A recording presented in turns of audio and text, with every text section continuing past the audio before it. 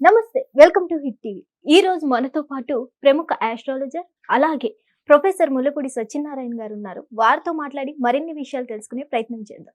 నమస్తే గురుగారు. నమస్కారం మా చాందిని. ఎలా ఉన్నారు? బాగున్నా చాందిని. గురుగారు, జూలై నెల వస్తుంది కాబట్టి ఈసారి ఏ ఏ రాశుల వారికి ఎలా ఉండబోతుంది అంటారు? మనకి ఈ జూలై నెల 2025 సంవత్సరంలో మొట్టమొదటగా గ్రహస్థితి ఎలా ఉందంటే, రాహువు కుంభరాశిలో ఉన్నాడు, శని మీనరాశిలో ఉన్నాడు, ఆ తర్వాత కుజకేతువులు ఇద్దరు సింహరాశిలో ఉన్నారు. ఆ తర్వాత మనకి ఈ యొక్క బుధుడు కర్కాటక రాశి, గురుడు మనకి మిథున రాశి, రవి వృషభ రాశి. ఈ విధంగా గ్రహస్థితి అనేటటువంటిది ఉంది. శుక్రుడు కూడా వృషభ రాశి, శుక్రుడు రవి శుక్రులు ఇద్దరు. సో ఈ విధమైనటువంటి గ్రహస్థితితో 12 రాశుల వారికి 12 రకాలుగా ఉంటుందన్నమాట. గురుగారు, తులారాశి వారికి ఎలా ఉండబోతుంది? అసలు ఏమని చెప్పమ్మా, ఏమని వర్ణించను, అంత బాగుందన్నమాట ఈ తులారాశి వారికి. అంత భాగ్యంలోకి వచ్చినటువంటి గురుడు ఎక్కడికో వీణం తీసుకెళ్లిపోతాడు. సునీత విలియమ్స్ ని స్పేస్ లో వెళ్ళాలనుకుంటారు, అక్కడికి వెళ్ళాలా, ప్రయత్నించాలి ప్రతి ఒక్కడు కూడా. అందులో కొంతమంది మోక్షం, నువ్వు అన్నది 100% కరెక్ట్. వెళ్తావురా బాబు, నువ్వు ప్రమోట్ చేస్తామన్నా, నేను 5th క్లాస్ టెక్స్ట్ బుక్సే బాగున్నాయి, నేను 6th వెళ్ళను, ఎక్కువ చదవాలి అనేవాళ్ళు ఉన్నారు. అలాగే మోక్షం ఇస్తావురా బాబు అంటే, నాకు వద్దు మోక్షం, నాకు ఈ మానవ జన్మే బాగుంది, I will again ask the God for the మానవ జన్మ అనే ఆడవాళ్ళు మగవాళ్ళు బోల్డ్ మంది ఉన్నారు. ఇక్కడ జన్మ కావాలండి, అవన్నీ మాకు ఎందుకు అనేవాళ్ళు ఉన్నారు. అలా నువ్వు బ్రహ్మాండంగా చెప్పావమ్మా, ఇంకా బాగా చెప్పావు. ఎలా అంటే, ఒక బ్రహ్మదేవుడు పందికి ప్రమోషన్ ఇస్తానన్నాడు. రా నువ్వు స్వర్గానికి అంటే, అంతా బాగా వస్తాను, స్వర్గంలో ఏమేమి ఉంటాయని అడుగుద్ది. బ్రహ్మాండంగా రంభావరస మేనకల డ్యాన్సులు, సురాపానం అన్నీ ఉంటాయంటే, అన్నీ ఉన్న తర్వాత రెడీ అవుద్ది పంది. అయితే ఏమంటది, అక్కడ బురద ఉందా అని అడుగుద్ది, లేదంటది. అయితే నేను రడపో అంటది. ఆ విధంగా తులారాశి వాళ్ళందరికీ కూడా అన్ని కాళ్ళ దగ్గరికి వస్తాయి. భాగ్యగురుడు భాగ్యగురుడు భాగ్యగురుడు. కానీ వీళ్ళు ఉపయోగించాలి కదా. మొన్నటి వరకు తెగ అప్పులు, లక్షల కోట్ల రూపాయల అప్పులు తెచ్చిపెట్టి, నాకు అప్పు వద్దురా మొర్రా అన్నా సరే అవతల వచ్చి జేబుల్లో పెట్టి వెళ్ళారు అప్పులు. మరి అవన్నీ తీర్చాలి కదా. ఇప్పుడు దానికి సంబంధించినటువంటి రాబడి వచ్చేసింది, పనులు వచ్చేసినాయి, వృత్తులు బ్రహ్మాండంగా చేస్తున్నారు. కాబట్టి వృత్తి వ్యాపార ఉద్యోగ విషయాల్లో తిరుగులేదు.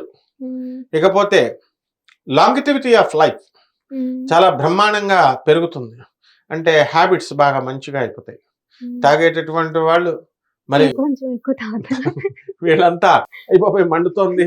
మా శిష్యుడు ఒకడు ఉన్నాడు, గురుగారు 2 వైపులా చెస్ట్ మండుతుందండి అని పొతన ఇంటి కొంప తీసి అంటాడు. రాత్రి తాగకూడదు అనుకుంటాడంట, పొద్దున్న మళ్ళీ సాయంత్రం అయ్యేసరికి లాగేస్తుందని చెప్పేసి తాగేస్తాడంట. ఆ విధంగా ఈ యొక్క తులారాశి వారందరికీ కూడా ఈ పని నేను చేయను అనుకుంటారు, మళ్ళీ ఆ పని వీళ్ళు చేస్తారు. ఇప్పుడు ఏంటంటే వీళ్ళు అటువంటి హ్యాబిట్స్ అన్ని వదిలేస్తారు. ఏమనుకుంటున్నాం, తులారాశి వాళ్ళు వదిలి పారేసి ఆరోగ్యం మీద ఇప్పుడు మనకి కూరగాయలు ఇలాంటివన్నీ కూడా తిని, చాలా మిలెట్స్ ఇలాంటివన్నీ తింటూ చాలా హెల్త్ కాన్షియస్ గా తయారైపోతారు. ఇంకా ఇప్పుడు ఏదో మామూలుగా అనుకుంటున్నాము 100 సంవత్సరాలు బతకాలని, 1000 సంవత్సరాలు బతికేలాగా ప్రణాళికలు వేసుకుంటారు. కాబట్టి ఈ తులారాశి వారికి అందరికీ కూడా ఆదాయం బాగుంది, ఇంకేం కావాలా. ఇక పిల్లల విషయంలో మనశ్శాంతి అనేటటువంటిది ఉంది. అలాగే లాభంలో ఉన్నటువంటి కుజకేతు గ్రహ ప్రభావాల వలన వీళ్ళందరికీ కూడా ఫారెన్ వెళ్ళాలి అనేటటువంటి ఆలోచనలు ఉన్న వాళ్ళకి ట్రంప్ రా రా రా అని పిలుస్తూ ఉంటాడు. ట్రంప్ అందరినీ తోలేస్తుంటే తులారాశి వాళ్ళని పిలుస్తూ ఉంటాడు, కమాన్ కమాన్ అని. కాబట్టి వీళ్ళందరూ కూడా ఏదో ఒక దేశానికి వెళ్ళిపోవడం అనేటటువంటి తథ్యం తులారాశి వారు. అలాగే ఈ తులారాశి వారికి అందరికీ కూడా బ్యాలెన్స్, కామన్ బ్యాలెన్స్, కష్టాలు వచ్చినా సుఖాలు వచ్చినా బ్యాలెన్స్ సమానంగా ఉంటారు. కాబట్టి స్థితప్రజ్ఞత, అందువల్లనే విద్యార్థులందరూ కూడా తెగ చదువుతారు. సరస్వతిదేవి పూనేసిందా వీడికి అని భయపడిపోతారు ఇంట్లో పేరెంట్స్, వీడి పుస్తకాలు తీసి చదువుతుంటే. మరి ఏమిట్రా బాబు 24 గంటలు చదువుతున్నాం, పిచ్చడైపోతావు, కొంచెంసేపు వెళ్ళి ఆడుకోరా బాబు అని కన్నా తల్లిదండ్రులే పంపిస్తారు. ఆ రేంజ్లో వీళ్ళంతా కూడా చదివేయడం జరుగుతుంది. వ్యాపారస్తులు ఆ రేంజ్లో ధనం సంపాదించడం జరుగుతూ ఉంటుంది. అండ్ విషయ ఆసక్తి, ప్రతిదాన్ని తెలుసుకోవాలనేటటువంటి ఆసక్తి బాగా పెరుగుతూ ఉంటుంది. తులారాశి వాళ్ళు ఎప్పుడూ కూడా పబ్బులకి లేకపోతే ఎంజాయ్ చేయాలి అని చెప్పి ఎక్స్కర్షన్ పార్క్లకి వాటికి ఎంటర్టైన్మెంట్ పార్క్స్కి సినిమాలకి వెళ్ళేటటువంటి వాళ్ళు ఈ నెలంతా కూడా గుళ్ళు గోపురాలు తెగ తిరుగుతూ ఉంటారనమాట. నో ఎంజాయ్మెంట్స్, ఓన్లీ టెంపుల్స్ అన్నట్టు. ఆ విధంగా ఈ తులారాశి వారికి అందరికీ కూడా అప్పుల్లో ఉన్నటువంటి వాళ్ళు అప్పులు తీర్చిపడేసడం ప్రారంభిస్తారు. అలా మొత్తం అన్ని రంగాలలో ఉన్నటువంటి వాళ్ళు కూడా, రైతులను మనం తీసుకున్నప్పుడు ఈ తులారాశి వాళ్ళకి మొండి వాళ్ళు అయిపోతారు. తర్వాత ఎవరైతే రైతులు ఉన్నారో అటువంటి వాళ్ళకి అనేకమైనటువంటి కష్టాలు ఈ వ్యవసాయం చేయడంలో ఎదురవుతూ ఉంటాయి. వాటినన్నిటిని దాటుతారు వీళ్ళు, దాటి వ్యవసాయం బ్రహ్మాండంగా సంపాదిస్తారు. అయితే మరి రైతు ఎంత కష్టపడినా సరే మధ్యలో డేగలాగా కమిషన్ ఏజెంట్స్ ఉంటారు. మార్కెటింగ్ ఎగ్జిక్యూటివ్స్కి, కమిషన్ ఏజెంట్స్కి వీళ్ళు ఎక్కువ డబ్బులు సంపాదించడానికి అవకాశాలు ఉంటాయి. అలాగే ఈ యొక్క రైతు కూడా మనకి ఎంటర్టైన్మెంట్కి ఎక్కువ ఇంపార్టెన్స్ ఇచ్చి ముందుకు వెళతాడు. అలాగే ఈ తులారాశి వారికి అందరికీ కూడా నూతనంగా పెళ్ళైనటువంటి వాళ్ళకి కొంతమందికి సంతాన విషయంలో అబార్షన్స్ అవడానికి అవకాశాలు ఉన్నాయి. అండ్ ముఖ్యంగా ఈ యొక్క తులారాశి వాళ్ళంతా కూడా మొత్తం వీడు వాడు అని లేదు, మొత్తం అందరూ కూడా తమ చెప్పిన మాట వినాలి అనేటటువంటి మొండి వైఖరి ఈ తులారాశి వారికి అందరికి కూడా వచ్చేస్తుందమ్మా.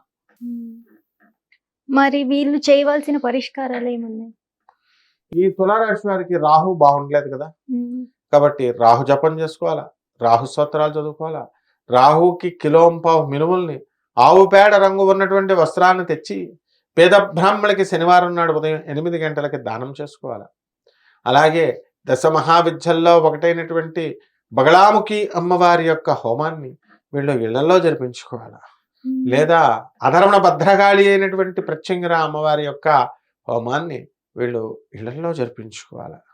అంతేకాకుండా ఈ యొక్క బుధగ్రహం కూడా బాగుండలేదు, ఆ బుధ జపం చేసుకోవాలా, బుధ స్తోత్రాలు చదువుకోవాలా, బుధుడికి కిలోంపావు పెసల్ని పచ్చని వస్త్రాన్ని ఇచ్చి పేద బ్రాహ్మణులకి బుధవారం నాడు ఉదయం 7 గంటలకి దానం చేసుకోవాలా.